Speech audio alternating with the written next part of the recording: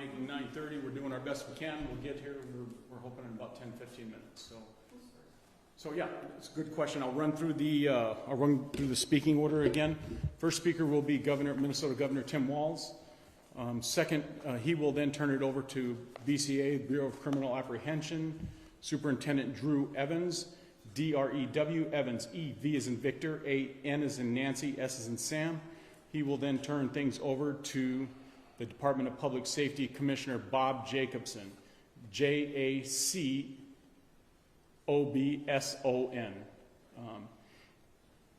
And then others will be present. They're not expected to speak proactively at this time. That can always change things. Are pretty fluid. Yep, DPS Commissioner. Thank you very much. Yep, that's correct. Did you say 2 minutes? What's that? Did you say 10 or 15 minutes? I'm saying everything's going to have to be fluid. We're expecting 10 to 15 minutes. If anybody who's here and can tell you that has worked with me in the past, I don't like to make promises I can't keep and things that are out of my control. I expect 10 to 15 minutes, but we'll get there as we can. Thank you.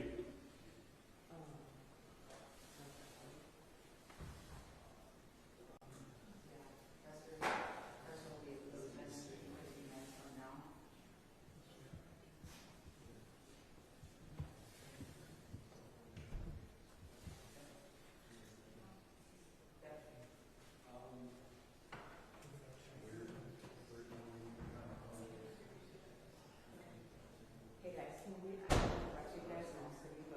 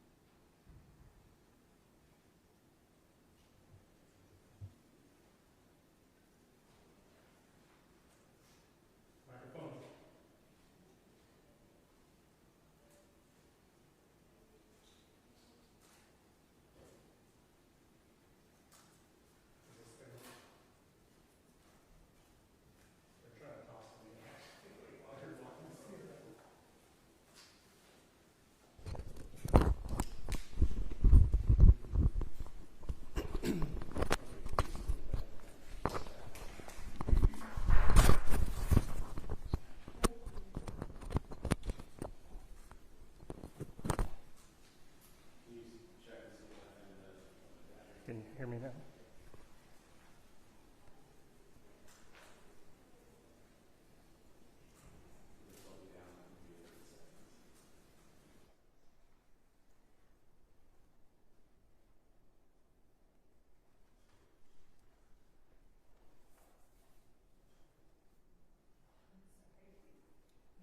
Microphone check, microphone check. Check. Are you down there? They told me ENG5, but I don't have that number. I'm on IFB 21. Okay. It's on IP21.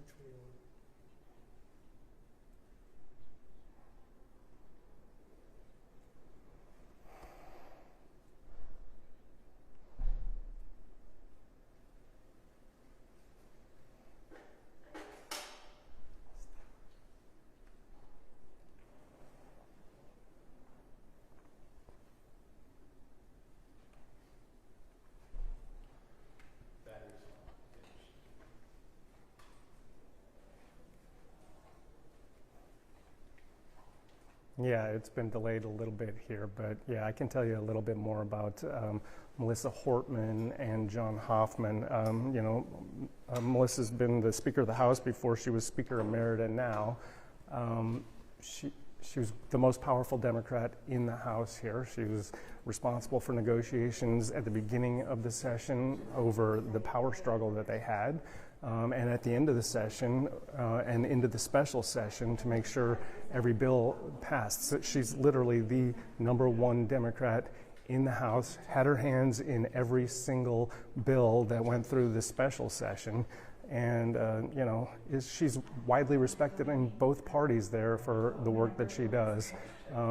Lisa Damath, the actual Speaker of the House this last couple of months here, said that she, very much respected Melissa Hortman and the work that she did. They actually did press conferences together on a few occasions, especially during the special session. They acted as a House, kind of not divided, but together, even though it was a Republican and a Democrat split of 67-67 when they went into negotiations on conference committees and when they went into the special session. It was often House versus Senate, not Democrat versus Republican, and a lot of that had to do with Melissa Hortman. She's the one who cast the vote that made sure that the agreement that they all reached passed that had to do with MIN care for undocumented adults being cut off. She made that agreement. She cast that vote. She said it was the hardest vote she's ever cast, and she's been there for quite some time. Senator John Hoffman is the head of the Human Services, the chair of the Human Services Committee, and got that bill through during the special session. A very important bill, one of the highest spending, besides education, it's the highest spending bill that they have. So a very important bill. It was controversial in some ways with some, cuts that were to disability waivers being capped in the future, and the tug of war between nursing homes, disability services, and a lot of other stuff like that. So a couple of very important folks here, well, not here, but at the Capitol.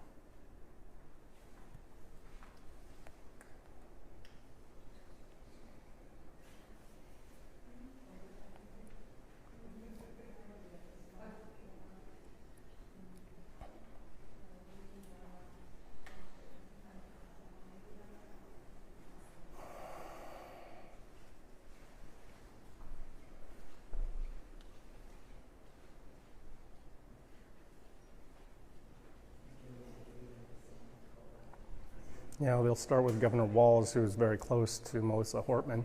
They'll also hear from Drew Evans from BCA and from Bob Jacobson, the head of DPS. I am hearing that there'll be some other people here, but don't believe they'll actually speak. But those three, Governor Walz, Drew Evans, and Bob Jacobson, will be the speakers.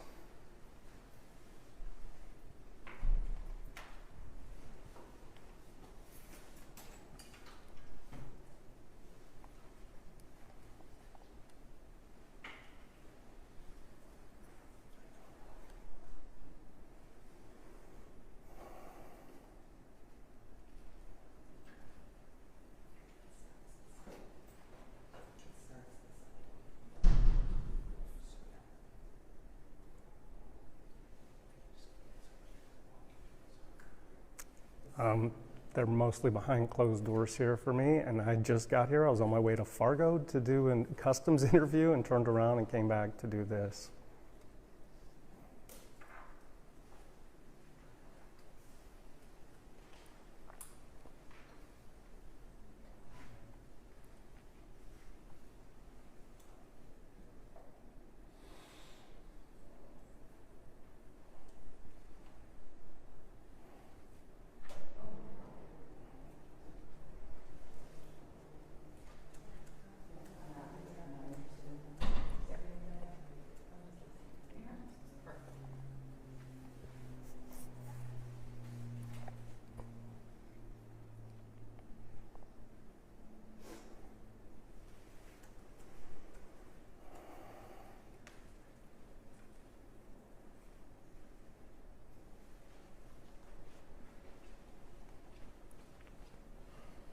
Yeah, I mean, the relationship, I think, at the start of the session between Democrats and Republicans wasn't really one that had a lot of trust in it.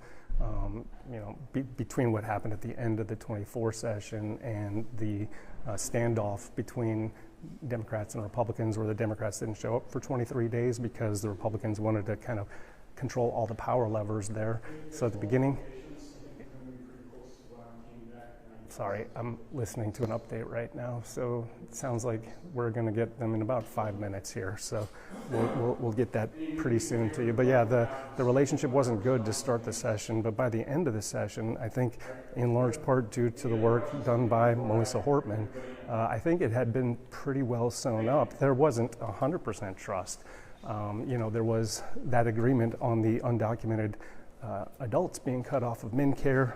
The Republicans, you know, definitely wanted that, and Melissa Hortman had agreed to cast that vote, and the governor had agreed to, you can come through, it's okay. The governor had agreed to sign it, but Republicans weren't 100% trusting that that would happen, and then had to put kind of a poison pill in there to kill all Department of Health funding if it didn't pass. And so, but that was just, you know, a standard operating procedure, I'd say, here at the legislature. But the work that Melissa Hortman had done with Lisa Dameth had definitely, you know, put them kind of in a tight connection. And Governor Walz did, you know, talk about that quite often, that, you know, there wasn't like temper tantrums here. I talked to Hortman and Dameth, you know, right after they finished the special session at about 10:45 on Monday night, and you know, they were very collegial. They had a good relationship, and they got this through. And again, like I was saying, you know, it was House against Senate more often than it was Democrats against Republicans by the time they got to passing all those bills in the special session.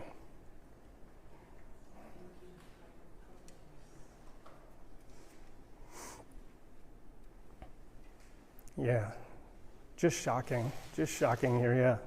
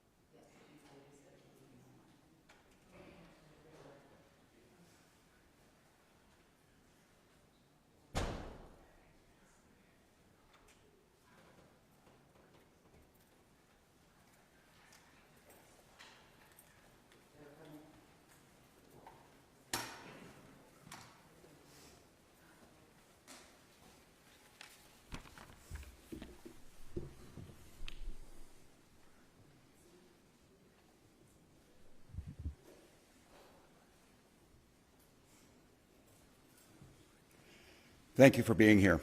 In a moment, you'll hear from law enforcement officials who will share with you what they can as up-to-minute update on the situation here in Minnesota. You're going to be joined by Commissioner Bob Jacobson, BCA Superintendent Drew Evans, State Patrol Colonel Christina Bogoyevich, Champlain Park Police Chief Snyder, and Brooklyn Park Police Chief Mark Bruley, as well as the Mayor of Brooklyn Park. We're here today because an unspeakable tragedy has unfolded in Minnesota. My good friend and colleague, Speaker Melissa Hortman and her husband Mark were shot and killed early this morning in what appears to be a politically motivated assassination. Our state lost a great leader, and I lost a dearest of friends. Speaker Hortman was someone who served the people of Minnesota with grace, compassion, humor, and a sense of service. She was a formidable public servant, a fixture and a giant in Minnesota. She woke up every day determined to make this state a better place. She is irreplaceable, and we've been missed by so many. Minnesota's thoughts and prayers are with her family, her loved ones, her children, and her parents. My prayers also go out to State Senator John Hoffman and his wife Yvette, who were each shot multiple times. The Hoffmans are out of surgery at this time and receiving care, and we are cautiously optimistic they will survive this assassination attempt. This was an act of targeted political violence. Peaceful discourse is the foundation of our democracy. We don't settle our differences with violence or at gunpoint. In the state of Minnesota, and as recently as last week, in the most closely divided state legislature in the country, we sat down, we worked things out, we debated, we shook hands and compromised, and we served the state of Minnesota together. We proved that it's possible, even in these politically charged times, to find compromise and adhere to the principles of democracy and civil discourse. We must all, Minnesota and across the country, stand against all forms of political violence. At this precipice moment we're on, this tragic act here in Minnesota should serve as a reminder to all of us. The democracy and the debates in the halls of Congress, in state houses, in school boards, is a way to settle our differences peacefully and move society to a better place. We're collaborating with all local, state, and federal agencies on a full investigation. We're committed to keeping Minnesotans informed as the situation continues. I assure you that those responsible for this will be held accountable, and each and every one of us are committed to making sure that a tragedy like this never repeats itself in Minnesota or across this country. I'd now like to turn it over to my public safety team to fill you in on the specifics of this ongoing investigation.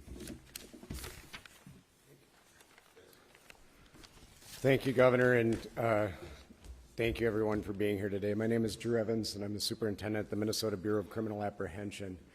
I want to start by just expressing our deepest sympathies to the communities, the family, the friends, and everybody that cared about the individuals that were gunned down today. When we have individuals like this in our political leadership, they're not only political leaders, but they're members of the community, well-known members of the community, that the tragedy in a situation like this is not only for them, their friends and families, but us collectively, the communities they represent, us as a state of Minnesota as a whole. About 2 a.m. this morning, there was an original call in the city of Champlin where there was an individual that had shot Senator Hoffman and his wife.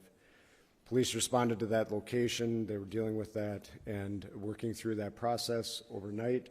And then later on, at approximately 3:35, that another call came in when it was officers proactively checking because they knew of the incident that occurred, and they were going to check on Speaker Hortman at that time, at which time Brooklyn Park police officers encountered the individual who immediately fired at them, and they exchanged gunfire, and then the individual was able to escape during that exchange of gunfire. At the residence in Champlin, there was life-saving measures that were provided there.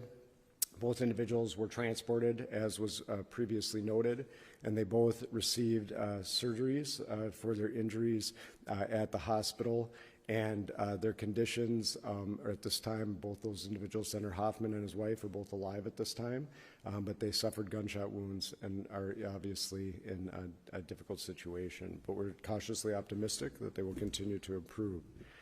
At this time, it is a very active scene still, as you've seen.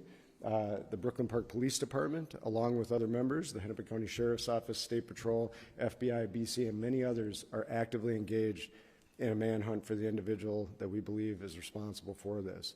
And so we'll be sharing the identity with those individuals as this progresses, but I'm going to caution you, I know there's going to be a ton of interest in this. We're not at the position we can do that as we're actively searching for that individual. Right now, just as noted, we have teams. Hennepin County Sheriff's Office and Champlain are working at the scene there that occurred there. And then we are also, as we're stabilizing this between Brooklyn Park, working on the homicide investigation with Brooklyn Park Police, the BCA, FBI is assisting there as well, and we'll be conducting a crime scene investigation there. And then the individuals that were killed will be doing autopsies of those individuals to determine the extent of their injuries and how they passed away. But it was from gunshot wounds. At this time, I will answer questions after Commissioner of Public Safety Bob Jacobson speaks, but we'll be happy to take a few questions.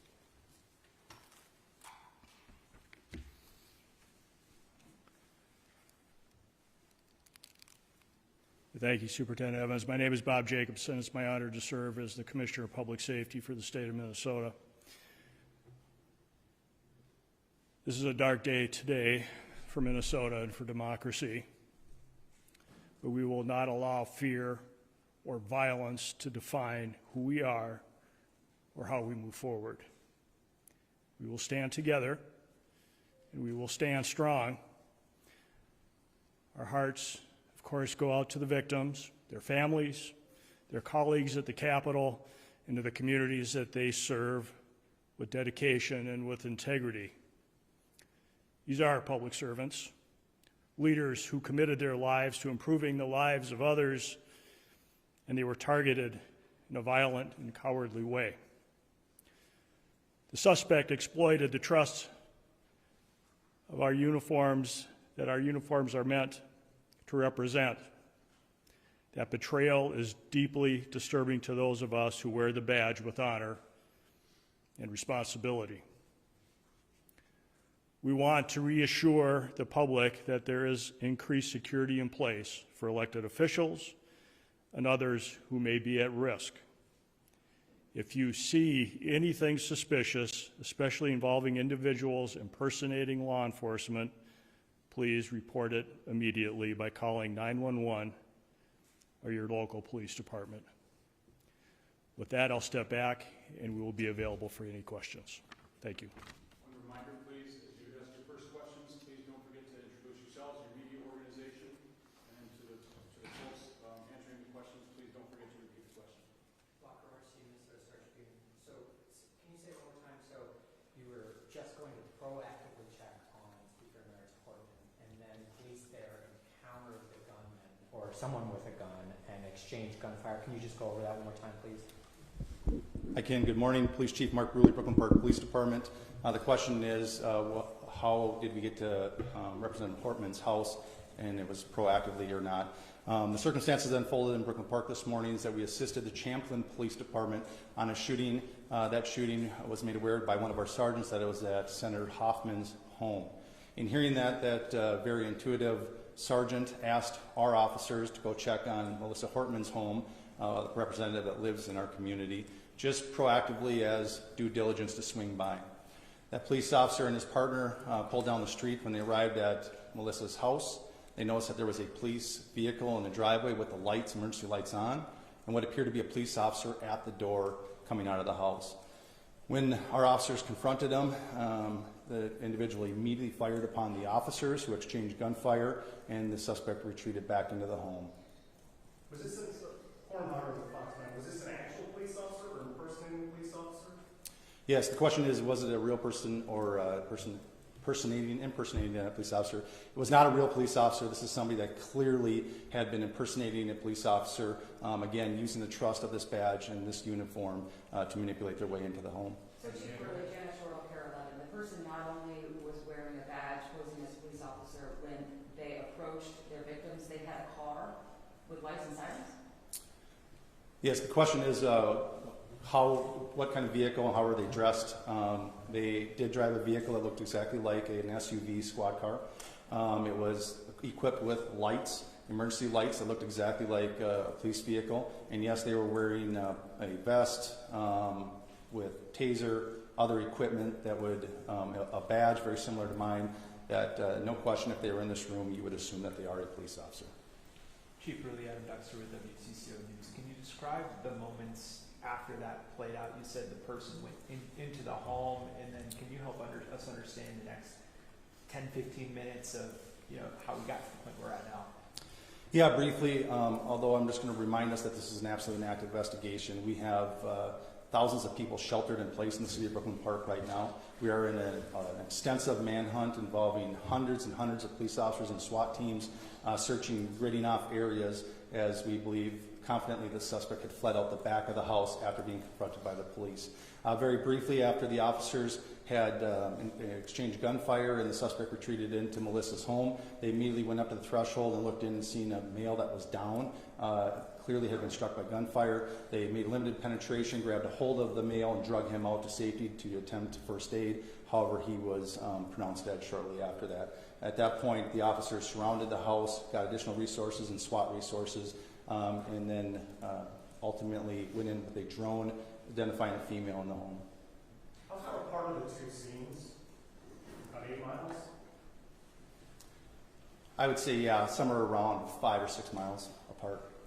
How much do you know about did the person that was impersonating the officer who allegedly shot these people, did they knock on the door and people came to the door, or did the person break into the home? Yeah, it was knocking on the door and asking the person to come out, absolutely impersonating a police officer. Do you all have the suspect's car? We do have the suspect's car. Suspect is on foot. That is what the large-scale search is currently going on.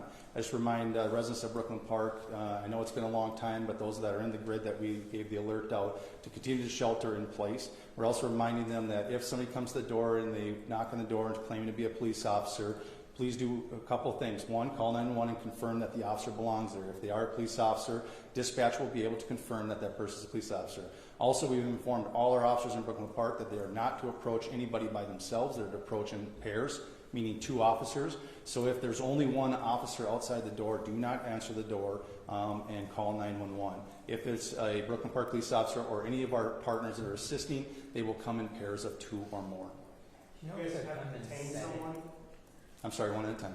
Do you know if the gunman said anything, like when he knocked on the door, did he say anything to like Senator Hoffman or anything? Do you know? We do know that he did, but I'm going to hold that back as part of the investigation right now. You guys did detain someone for information? Is that accurate? This is a very large-scale search, so we have detained several people and questioned them, but we do not have anybody in custody at this time. I know you may not want to identify that person publicly, but have you privately identified the suspect? We have people of interest that we are looking for. Michelle Griffith, Minnesota Reformer. Other than that, these are 2 Democratic lawmakers. Is there anything else to suggest that this is politically motivated? Again, I'm going to hold back most of the information. This is part of the investigation to get completed. This is rapidly evolving, just occurred a few hours ago, and we're trying to sort it out. We have partners from the FBI, the BCA, the Henry County Sheriff's Office, and almost every suburban agency in our community helping us with this. So it's very complex and working on it. What I will tell you, when we did a search of the vehicle, there wasn't a manifesto that identified many lawmakers and other officials. We immediately made alerts to the state who took action on alerting them and providing security where necessary. And that's about, I'll stop there. Chief, thank you very much. We're going to take one more question. Sure, with the BCA, can I ask you use the word targeted, and that's kind of along the lines of Michelle's question in terms of politics, Democratic politics. These are both Democratic lawmakers. You said the word targeted. So targeted because they're politicians, or targeted because they're Democratic politicians? So the question is were they targeted, and when I use the term, why am I using the term? As Chief Bruley noted, there was a list of individuals, and the individuals that were targeted in this situation were on that list. And so when we're looking at that, as Chief Bruley said, it's far too early in the investigation to be able to provide information, but I do think we'll be in a position where we'll be able to develop the motivation behind these attacks, and we'll be able to provide more information as this unfolds. And so that's part of the reason we're using it, is I think there's some preliminary information that is telling us kind of where this is headed, but we need a lot more work done by all the teams that are here working on that to be able to provide that with you with a degree of accuracy. Are you able to say how many individuals were on that list? Thank you. There's a rally at the Capitol today. Can you guys, is that still? Yep, do you have any hold on. advice about Colonel, that? you want to talk about the rally at the Capitol? Thank you. Yep. Good morning, Colonel Bogievich with the State Patrol. We are aware of the demonstrations across Minnesota, including the Capitol and across the nation. We will work with our state partners and our local partners to provide security and safety for those that attend. Christy, Miller Pioneer Press, can you confirm that you will have a sniper station at the Capitol today? The question was, will we have a sniper at the Capitol? We don't discuss our security plans on the Capitol grounds. Colonel, thank you. Okay, thank you very much, everybody, for being here. We will, I think you do have, and if you haven't, let me know, but we do have a place where you can send inquiries for your interview requests, information requests. We have our State Emergency Operations Center set up. If you need information on how to make those requests and make sure that we see them, let me know. I don't know if it was said, I missed it. We will also the letters from Yeah, I'll check on that for you and get back to you. Anybody else have any other follow-ups that I can try and get? Yeah, but people on the list, are they speaking? One more time? People on the list, are they still speaking? Okay, I'll check. You know, I'm going to leave that to whatever they talked about here. I myself, I think what you heard mentioned here is talks about a list that maybe was found. I haven't seen that, so I can't really answer that question. Do you know the last place they saw the shooter, or did they ever? I don't. Yeah, all that's investigative. We're not going to get into that at all. Thank you for asking. I do appreciate the question, Yeah. as you know. Again, investigative. As many of you know, I used to be on your side of the table. I appreciate the question. We're not going to get into that. Will you be coming back and letting us Yep. know? Give me 1 second. Give me like 2 or 3 minutes, and I'll try and get. So the question, as I understand it, is: will Governor Walz still be speaking at the event, and others who were expected to speak, will they be there as well? Is that true? Correct. All right. I'll be back as soon as I can. And if they want to share the last place for public safety in terms of residents, is there any hotspot they should be aware of? Or? Yeah, I think to that point, I would just go with what Chief Louis said, which is shelter in place. Thank you.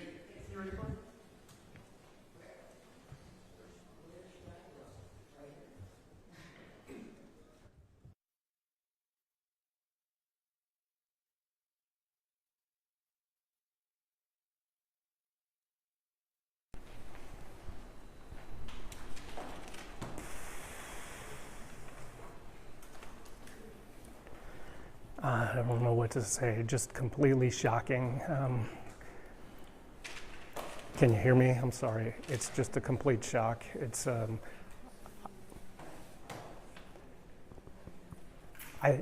okay.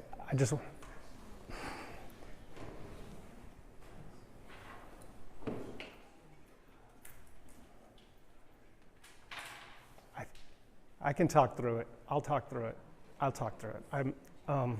I was supposed to interview Melissa Hortman on Monday morning as we kind of wrap up this session, and this is completely shocking, that this kind of political violence. But I mean, you heard it there. Like, I watched the governor walk in here. I watched his staff. I could tell that they were extremely emotional already. The governor, spoke just briefly, gave just the basics and handed it over to Drew Evans, and he walked right out of the room. That is very atypical for Governor Walz. He's usually very available as soon as he's done speaking and hands over to other folks. He will stick around and take questions, but he's not in a position right now, I guess emotionally, just from looking at him, to take any questions. He's very close to Melissa Hortman, and spent several weeks here just trying to put Minnesota's budget together with her and the other leaders, but that's a tough one for him. And I could see it on his face and on the faces of his staff members who were in this room as well.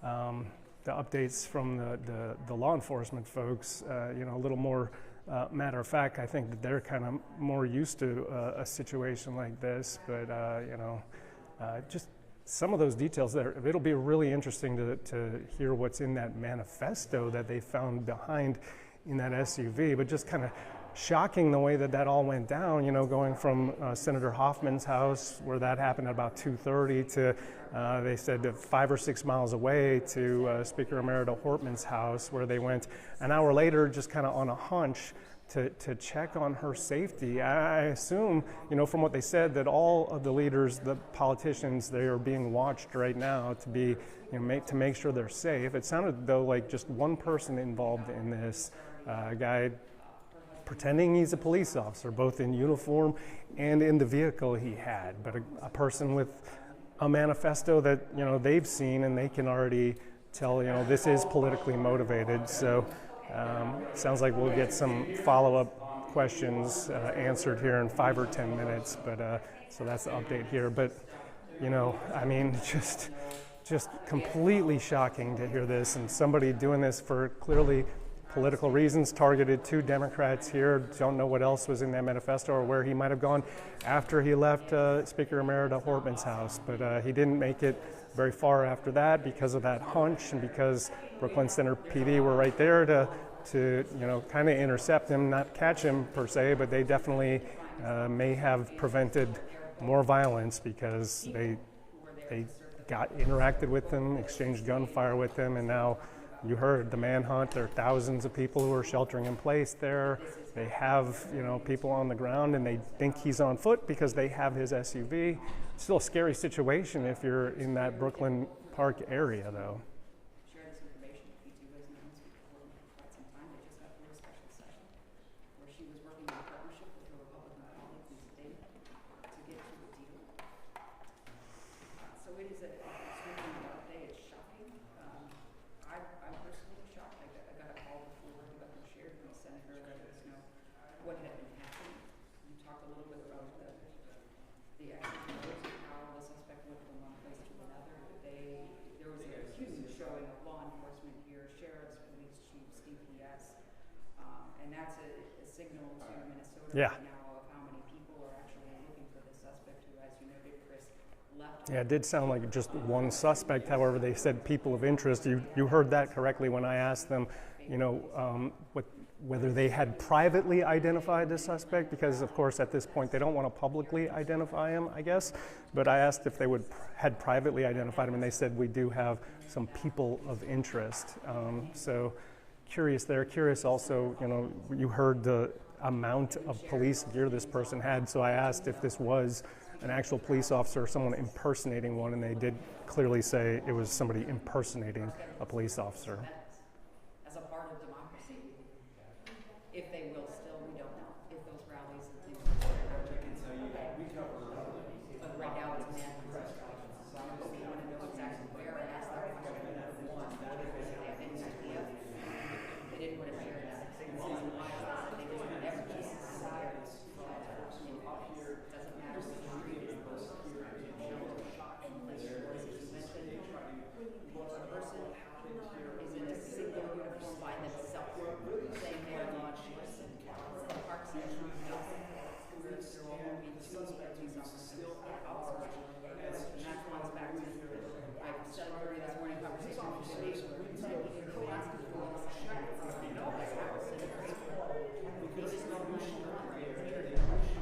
This house is actually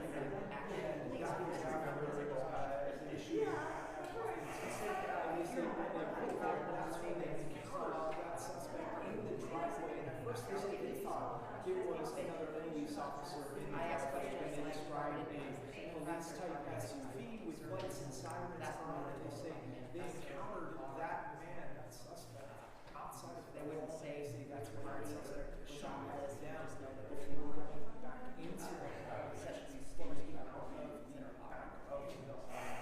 I would say Reg and Jennifer everything just heard from in the absolute state of shock and sadness now that we all understand. Speaking in a not taking any questions, immediately going out of your vision and law enforcement really focusing and driving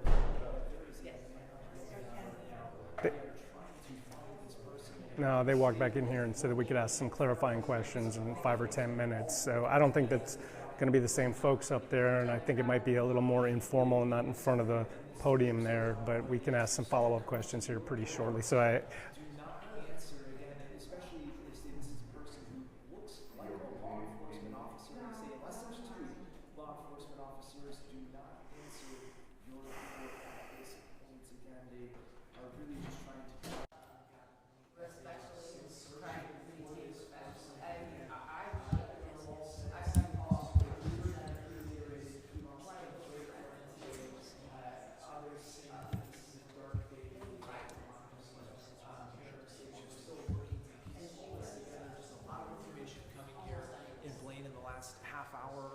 but That has again, nothing to just do with them a being shocking day. I Democrat. can't remember a day quite like this, as people are still working to kind of this where we are piece now? everything together themselves. But one This is thing where we're about at now? those rallies, we anticipated there would be